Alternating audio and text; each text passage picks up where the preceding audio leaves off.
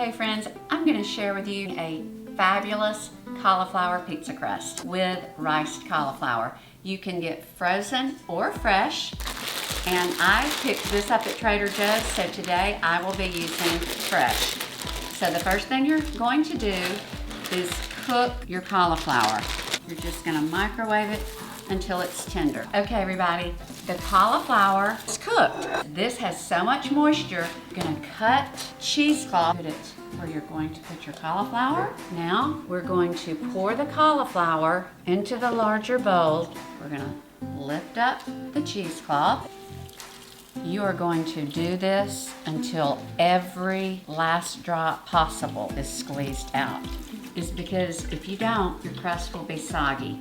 After you've squeezed all the water out, you want to put your dry cauliflower in a bowl. Now, first thing is of course your seasoning. I use Italian seasoning, a little garlic salt, kosher salt and pepper, and I like to mix along the way. Then add some parmesan. This is about 1/3 of a cup. Then I add 1/3 of a cup of mozzarella, and you want to add 1 egg.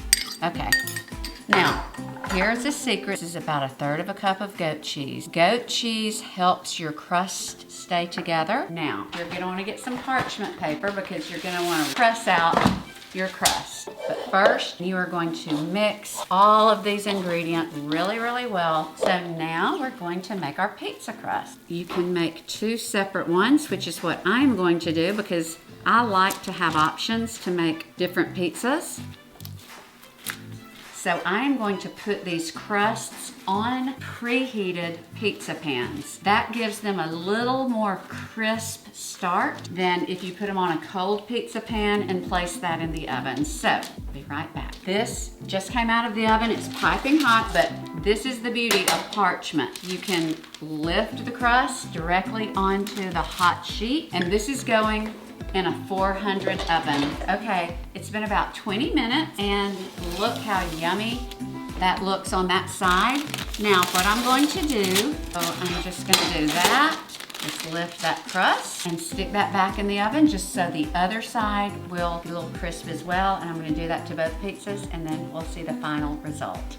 These crusts are done and they smell so good. I'm gonna just let these cool, and then whenever we're ready for pizza, I will add the toppings and bake the pizza until all the cheese is melted. I hope that this tutorial is helpful in helping you make your own cauliflower pizza crust at home.